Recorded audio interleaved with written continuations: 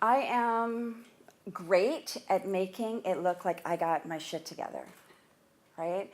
And I think a lot of us are, a lot of moms are really good at putting the show on that everything's okay, right? And so I found myself throughout my life working for amazing business people, amazing entrepreneurs who were doing fantastic capitalist things in the world. And I was able to travel around the world making other people money. And it made myself a lot of money too, but then what did I have to show for it? So what I realized was I can make other people all the money in the world, but I was making my own money mistakes. So a lot of my clients are like, oh, I want to work with you because you look like you got your shit together. But on the back end of that was money shame, money mistakes, all sorts of stuff, right? So it took me a while to figure that shit out. And it took me self-development, it took me self-discovery, it took me education that didn't include university. It took me a lot of work to figure out what is the root cause of all these like money mistakes I keep making. So that's just a little bit about me. I'm not some kind of like miracle lady that in 20 minutes is going to be able to solve your money problems, right? I know, right? Kind of sucks. But I'm just like you. So you can create your own abundance. You can create your money. It's not magic. It's not something that somebody else does.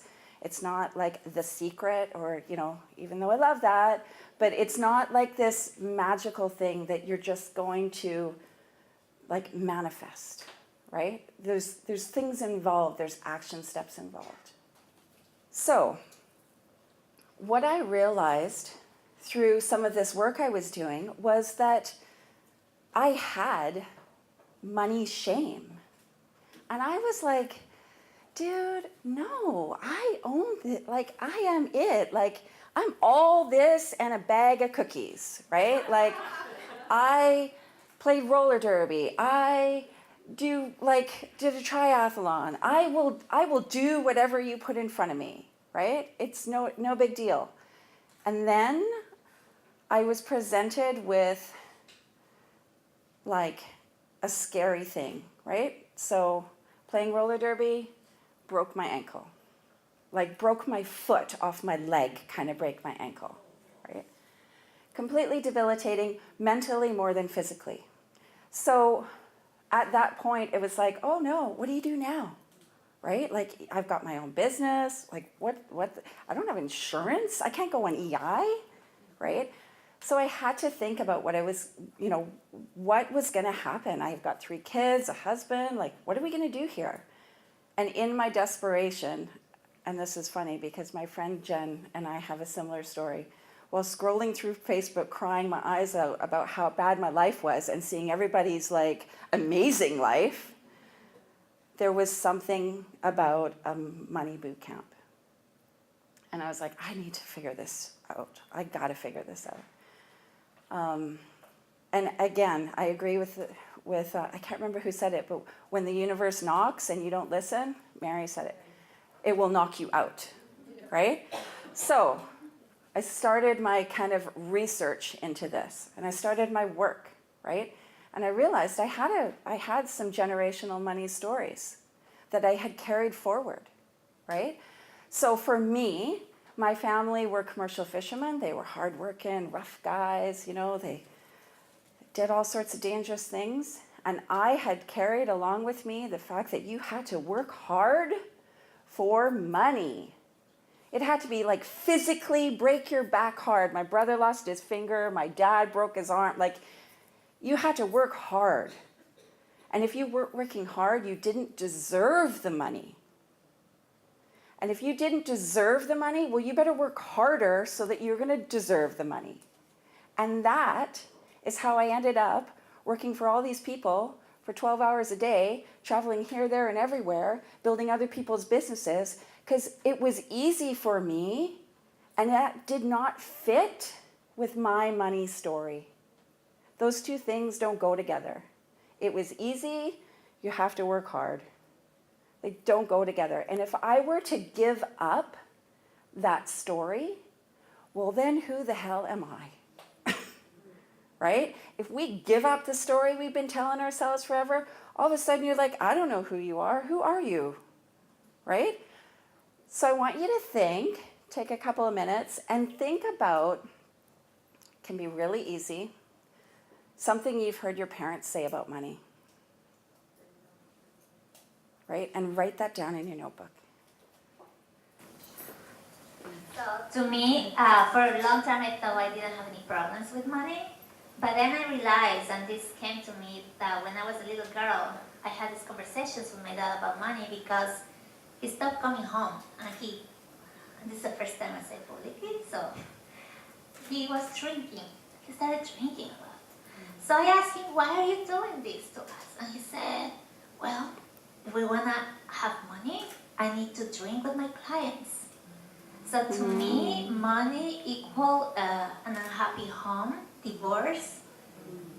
So every time I got money on my hands, I want to get rid of it. Yeah. Yeah, that's like a big one, right? I've got money, I have to get rid of it right away. Somebody else? Yeah. Yeah, I kind of the same. Money kind of like corrupting people or being bad, you know, like money. Rich people are awful. They suck. The word bad doesn't really describe it, but it kind of does. So I guess money is evil would be one way Yeah, to say it. it's common, right? And that kind of brings me to one of the really important things that you all need to know, and I think the world needs to know. You can't change the world if you're broke. Okay? It's as simple as that. So I tend to speak with people like yourselves who, you know, are heart-centered. They care about the world. They care about how they show up in the world. And in maybe a roundabout way, or maybe it's their intention, they are wanting a different world. And you cannot do that if you have no money, because it takes money, right? If you want to go and build schools in Nicaragua, well, you got to pay for the airfare to go, right?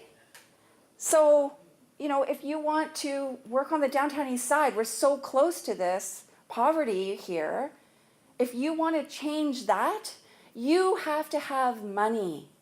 And if you don't have it, then you're not going to be able to change anything. And a client of mine said, oh, but, you know, Mother Teresa didn't have any money and she, you know, did her best to change the world. Yeah, she had a whole gigantic religion behind her, paying her bills, right? So if there's anything I can like kind of leave you with today, is your money is sitting there, it's waiting for you. You can manifest it, you can bring it to yourself. It takes action, it takes intention, it takes supporting yourself with whatever speaks to you, whether that's essential oils or tarot or chakras or yoga or whatever it is that brings your power into you. Do it. Take action around your money, which means paying attention to it. Know what's in your bank account, know what you're owed, know what you owe, right? Record that stuff, write it down every week, right? And you will notice that abundance starts flowing into your life. And then you really can step out there and change the world.